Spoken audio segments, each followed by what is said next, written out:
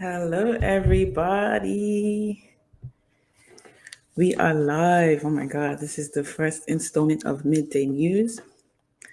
Bear with me, I am all jittery. And I'm very excited about this. I'm very excited to premiere this video podcast with you. Midday Muse is a podcast where we'll be having conversations about various topics to do with the realities of life. That I hope will inspire you as you go out and pursue your purpose. My name is Tanea. I am an artist. I am a business consultant and coach. I'm also an events and entertainment manager. And I have a passion for inspiring and for helping people to figure out what they want to do and also guiding them on the path towards that, as far as breaking it down into steps and setting strategies and things like that. And this podcast is to help you to just know that you're not by yourself. The things that you're feeling, the things that you're going through, you're not alone. You're not the only one that's struggling or finding that things are not the way you would have expected. And so you have to kind of make different moves. And also that you're not the only one who's on their journey to pursuing their true purpose for what what they're meant to do. I am trying to find the chat button because I want to be able to show chat. I want to be able to talk with you guys candidly and transparently. And I want you all to talk back to me. So this is a conversation. It's not an interview. I will be having other guests on in other weeks, and we'll be conversing and having a good laugh or being very serious, depending on how things flow. And yeah, it's gonna be a great ride. So this is my first episode of Midday Muse. It is 12 p.m. Eastern, 1 p.m. AST, and I look forward to what this will develop into.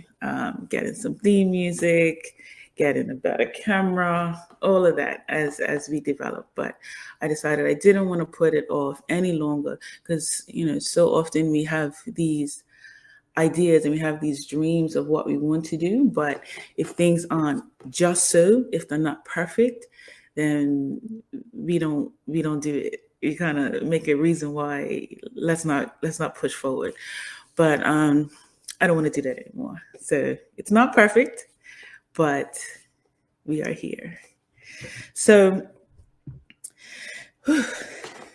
today's topic is about grief, the process and progress that is grief. I lost my father in 2007 and my mom in 2018. So my father was interesting because I did not have the type of relationship that I wanted to have with him. And he was pretty in and out of my life. And at one point, it made me very angry. I was angry with him. I was angry. And I didn't want to talk to him. He kept calling, asking for forgiveness for all that had gone on. And I wasn't trying to hear it. I was like, whatever, you can go. Literally every phone call involved me telling this man where he can go. It was horrible. Then one day I grew up and I was like, I don't want to be angry anymore. I want to see this person, this man, for who he really is. Not just my daddy, but an actual individual who has his own idiosyncrasies and is going through his own things. And so I was at a point where I was ready to forgive. And I called the number that I had and called, and I was looking for him, and I could not get a hold of him. And one day while sitting at my desk, I got a phone call from this lady. I believe her name was Gloria.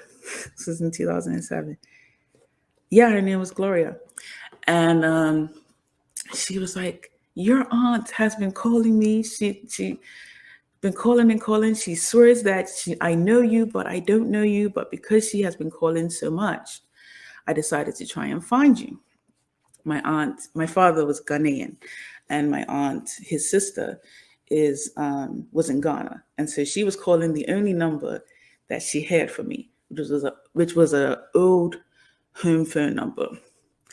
And I don't know if it happens in the States, but in Bermuda, after a while, your number gets reassigned. So I had not had this number for quite some years, and so it had been reassigned to this poor lady, Gloria, who went on the hunt to find me. She tracked me down at work, and was like, your aunt's trying to find you. You need to call this number. So I called my aunt in Ghana. Yes, I made a long distance call at work. Anyway, fine. I called my aunt in Ghana, and she says, you must call your cousin in New York. You must call your cousin in New York immediately. Your father is very sick. And I said, oh my goodness, this is terrible. Let me make that phone call. So I called my cousin in New York, and he says, no, your father is not sick. Your father is dead. So I was at work at my desk thinking that finally I found my dad. Like, okay, he's sick, but I'm going to get to talk to him. I'm going to get to be a big girl, make a man stop being angry, stop being whatever. And no, he was dead. And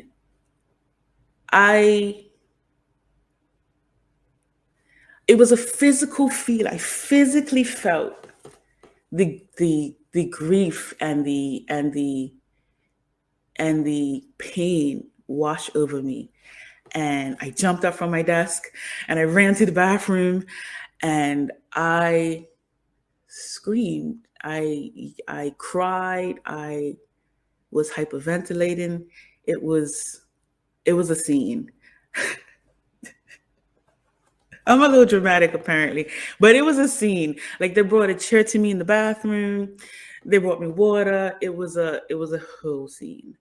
I was devastated because I thought I had my chance and it was snatched. Devastated because my father was dead. He was gone. And everything that I thought I would get to experience with him as an adult, nope, gone. So that was coming to terms with that, the grief of losing my father and the grief of losing the idea of having a relationship with the man that I look very much like. I look very much like him. We met finally when he was around when I was younger. So I have a memory of him when I was like maybe 3. But our first real interaction was when he came to visit me in college. No, he came to take me to school. I see my sister in here. Hi, sis. So he came to school in this black leather shaft jacket, like 3/4 length jacket. He had, and I'm saying my sister's on that because I know she knows the way he dressed. And he wore a yarmulke. He was quite a character. He wore a yarmulke. He was like 6'2", maybe 6'1". Big buff guy, dark skin. And I remember looking at him and looking at his hands and seeing my hands, looking at his legs, his thick, like, legs, and realizing, oh, this is where you got your thighs from. These lion chasing thighs from the father side of the family. So just everything falling into alignment as to where I come from and why I look the way I look, because I don't look a lot like the rest of my family. So just mourning all of that. Fast forward to 2018. Well, in 2015, my mom, she went blind on April 22nd. She woke up screaming because she could not see. And that spiraled into a myriad of health issues.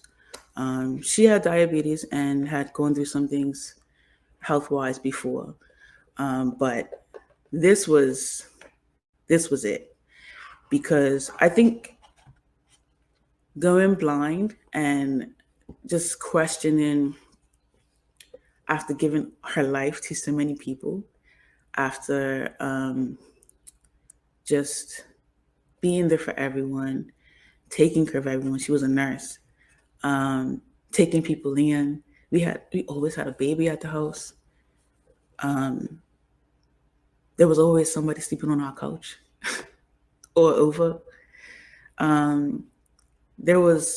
She was just kind to everyone and amazing and very understanding and non-judgmental.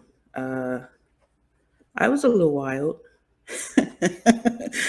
but she never made me feel bad. Like, she always accepted that, okay, baby, I don't like that idea, but okay. And after all of that, and going blind and being sick and trying to figure out, okay, so where is everybody that I cared for? Days on end, no phone call, no visits, and things like that. It really took a toll on her. And watching her try to figure out how to put toothpaste on her toothbrush again, watching her try to figure out how to put fork to mouth, how to go to the bathroom again, because she can't see, and just wading through that. It really took a toll on her, and she wasn't able to bounce back and become, I thought she would become this, she was a sassy, independent lady. I thought she'd become a blind, sassy, independent lady. I went to all the classes that the, what is it called? Society for the Blind have for how to, be a caregiver and life after blindness. Watched all sorts of documentaries.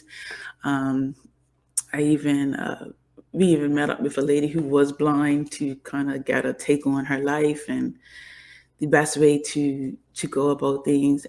But she couldn't come to terms with it. She couldn't come to terms with giving her life away and the level of regrets that she had for things that she didn't do because she was either afraid. Well, not even either, because she was afraid. Afraid of what people would think, afraid of what would happen, just afraid of the unknown.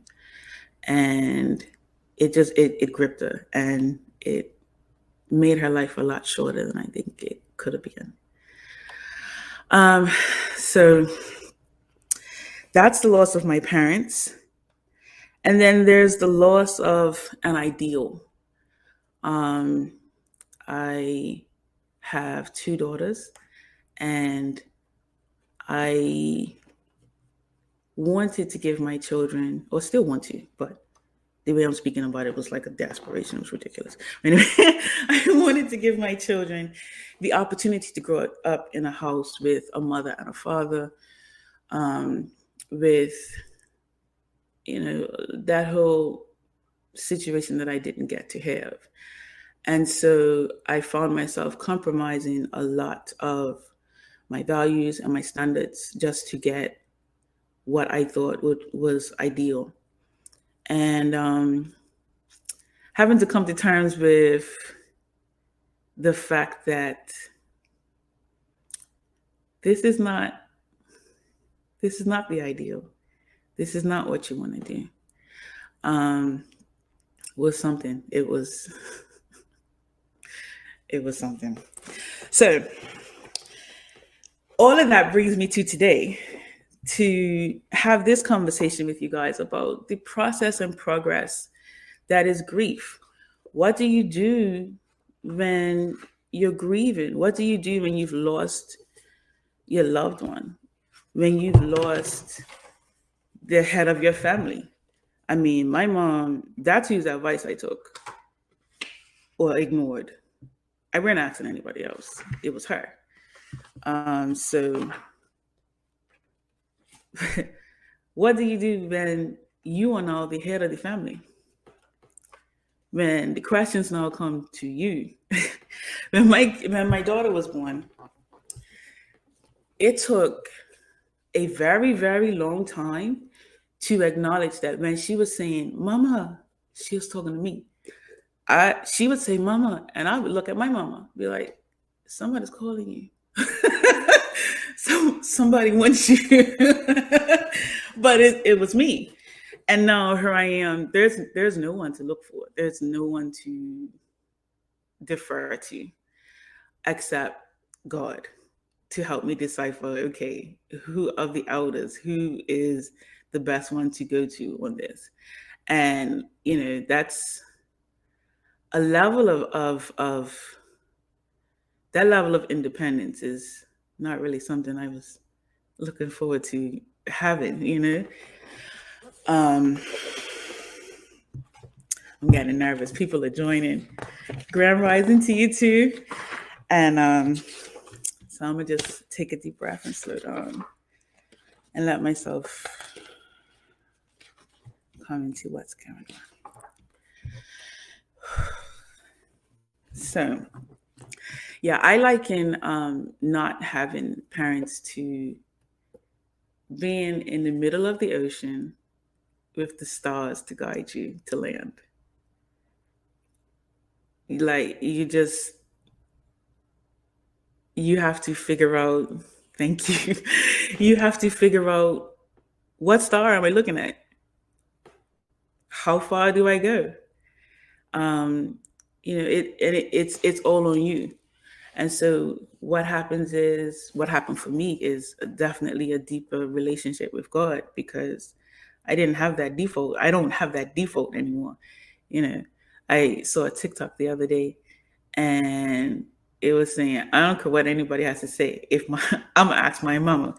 And she was like, the doctor said take 2 of this and cool and with every 6 hours. But what do you think, mama? But so not having that has caused me to have to shift in my way of thinking, has caused me to have to shift in my level of trust in not only God, but in myself, because, okay, I trust God, but I have to trust myself that I even know what he sounds like. And he kind of sounds a lot like me. God sounds a lot like us, It sounds, the voice in your head, the feeling that you have on the inside, that intuition, that's all God. And then it could also be you, so you got to decipher between, but that's another topic. Anyway. So things that I've learned through grief is, one is that grief is individual. No one can tell you how to grieve or for how long to grieve. No one can explain to you how you're going to react, how your body's going to react, what will trigger you. It's individual. I can't even say that it's based on the relationship that you've had, because it completely took me by surprise that my father's death affected me so much. I didn't expect to feel so deeply about it, because that's not a relationship that I had. It's not a relationship that could say was fostered, or we used to kickball. Like, I have very little memories of my father when I was younger, and so it was very surprising as to how deeply it impacted me. And even now, I found myself, especially in the past 6 months, grieving him all over again, because I'm now in a different location. And so I'm actually closer to where he would have been. And so the thought of now thinking about the things that we could have done, thinking about, him being able to see my daughters, just, having a quick drive, just doing a quick, none of that can happen now. And so I found myself in a space where I was grieving him all over again. The other thing I learned is to be honest about the relationship that you had with the person that you lost. A lot of times we like to romanticize the dead. We forget the bad, because we just want to hold on so deeply to their memory. But it's important to be very honest about the type of relationship that you had with your loved one, so that you can extrapolate what you want to keep, what you want to do away with, and what you want to expound on as part of your legacy. My mom gave a great deal of herself to everyone. And sometimes that left very little to me. And she got hurt because she was tired. She was tired. She wasn't trying to hear none of my mess. And I had plenty of mess for her to be heard. And she was just like, lady, little girl, please. So that left some voids for me. But there were also things that she instilled in me that helped to fill those voids as I got older. Helping to understanding that, okay, my mom always worked. I was always being babysat by somebody. I was always at somebody's house. But I was always safe. My mom always made sure that I was healthy and that I was well taken care of. And she never just discarded me to anyone, to just any old buddy. She made sure that I was okay. When I needed her, she was there.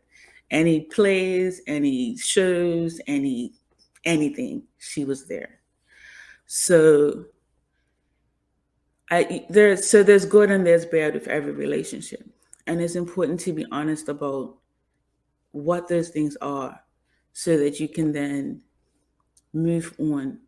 Not even move on. That's not the right word, because that makes it seem like they're not existing. Move forward.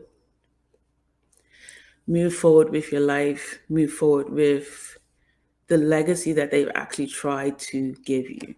My mom left a legacy of kindness, of gratitude, of being kind. I already said that. She talked to me about her regrets before she passed. And so she made sure that I understood, like this was one of the last conversations that we had, was making sure that I understood to pursue the things that I want to do fearlessly. She wanted to make sure that I understood to be open and to love, and to allow people to get to know me, which is a journey that I'm on now. Like, this whole thing of me sitting here talking to the screen is a lot for me. A lot. But I want to be transparent. I want to inspire, and I want to make sure that I am making my mom proud, because I am being fearless. I am being brave in the face of fear, because I'm terrified.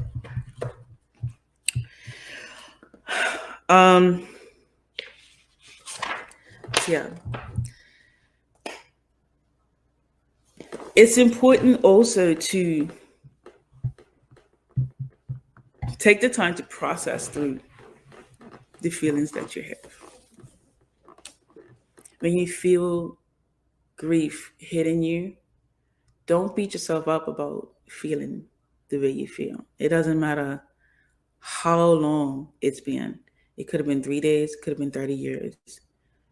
There are things that will happen, things that are said, things you see that will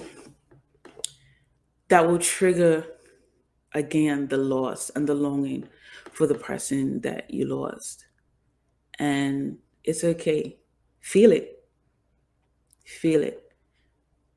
Allow yourself to go through it. If need be, talk to someone. Not just your ace girl, but I mean like somebody that went to school to figure out how to help people. Talk to someone about what you're going through so that you can beat through the muddled thoughts, because sometimes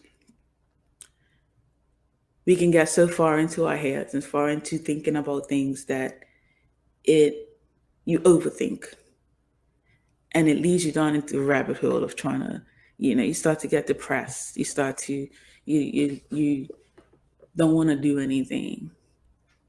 Your mind is just not there. You're not focused. Funny story. I guess it's not so funny, but kind of funny. Little after my mom passed, I was still working. I think I took like 2 weeks off after my mom passed, and then I went back to work. And I had these two little kids, 7 and 2, that wanted my undivided attention.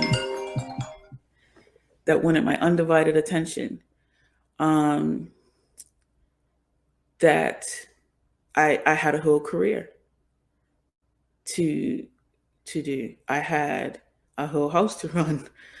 I no longer had my mom, who, even though she was sick, she was still that present adult, that other voice, that second voice that says, hey, what your mama said, so all of that was raining on me, and I was in my head just thinking, just on autopilot, getting ready for work. And my older daughter, who's also grieving the loss of her nana, they were very close. She started to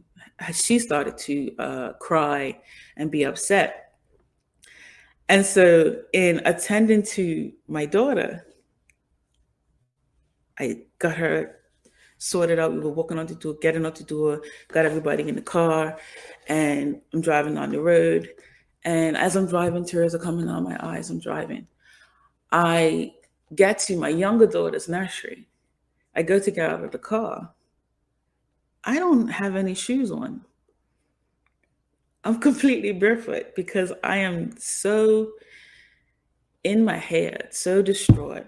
So I haven't taken a moment to breathe. And I forgot to put on my shoes. So I had to take the little one into school barefoot. And at least my older one, she could just get out the car, but no shame, right? I just walked in there barefoot and didn't answer no questions. And then I drove, still was trying to go to work. I don't know why, but still was trying to go to work. And then finally I said to myself, you know what? This is not good.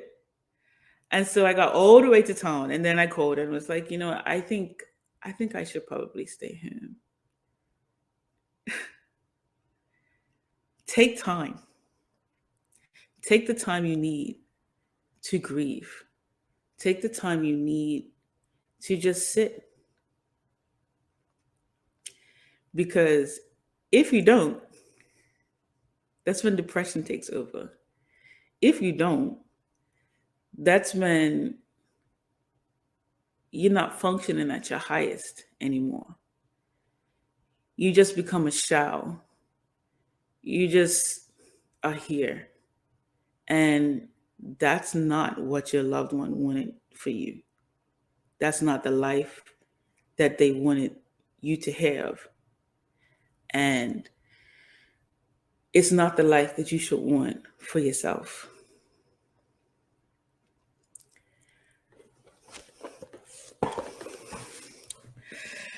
So, how do you move forward?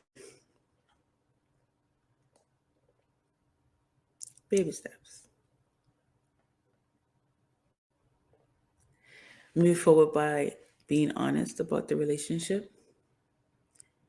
Move forward by being honest about the things that hurt you so that you can heal. Move forward by being honest about the things that helped you. And I say that because sometimes we end up being angry about things, and so we discard everything, throw the baby out with the bathwater. But there are lessons, even in someone treating us unlike what we wanted, there are still lessons and great and gold nuggets to learn about yourself, about life. So take the time out to explore those things. Be around positive people. Put yourself in positive environments. For me, I like to be by the water. And I like to be just quiet. And I love to sing and perform. So being, sorry, I got caught up. I love to sing and perform. I got caught up in a memory. So when when my mom went blind, we had to fly to, I think it was Boston, to Leahy. I think that's Boston. We had to fly to Leahy to find out what happened with her. I thought this was going to be a 6-day trip. I left my daughter in Bermuda. She was maybe 2 or 3 at the time.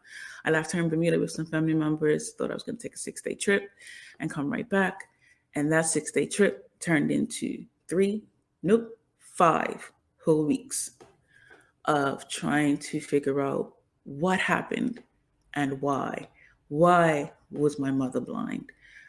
How do we fix it? Can it be fixed? And there were tests upon tests upon tests, and no answers at the end of the day. And one of the things that I did while in my hotel room by myself for 5 whole weeks, I just went and found an open mic. And I went to this open mic in the middle of, I don't even know, I just put it in my GPS. I drove for like maybe 35, 45 minutes. And went and sang Tyrone on the stage. And it was exactly what I needed. Because as an artist, performing my art is cathartic. And that was me. Well, no, my mom hadn't passed yet. This was a grieving process because I was grieving a life that I knew we would never have again. A life that we would never be able to move forward with. So I say that to say, find those things that give you peace. Find the things that make you happy and do them. Do them unapologetically. Take time out to take care of yourself. Take time out to do the things that you love, no matter how extravagant or minuscule. Self-care is very important. Create a vision for your life. Write it out, do a vision board, but see yourself beyond the pain that you feel right now. And make it plain, put it in picture form as far as a vision board. Write it out in your journal. And make steps towards pursuing the life that you want beyond the pain and the hurt. Because being in your bed all day is not what you want for yourself. What do you see beyond the sheets? Being angry and looking at people who are enjoying what you don't have is not the life that you want for yourself. So take time out to do that. And remember that the person that you lost has never actually left you for good.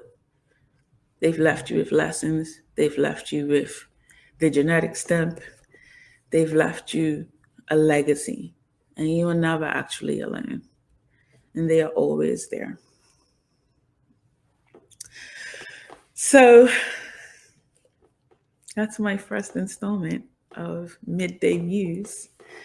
I hope you enjoyed that. Thank you for tuning in with me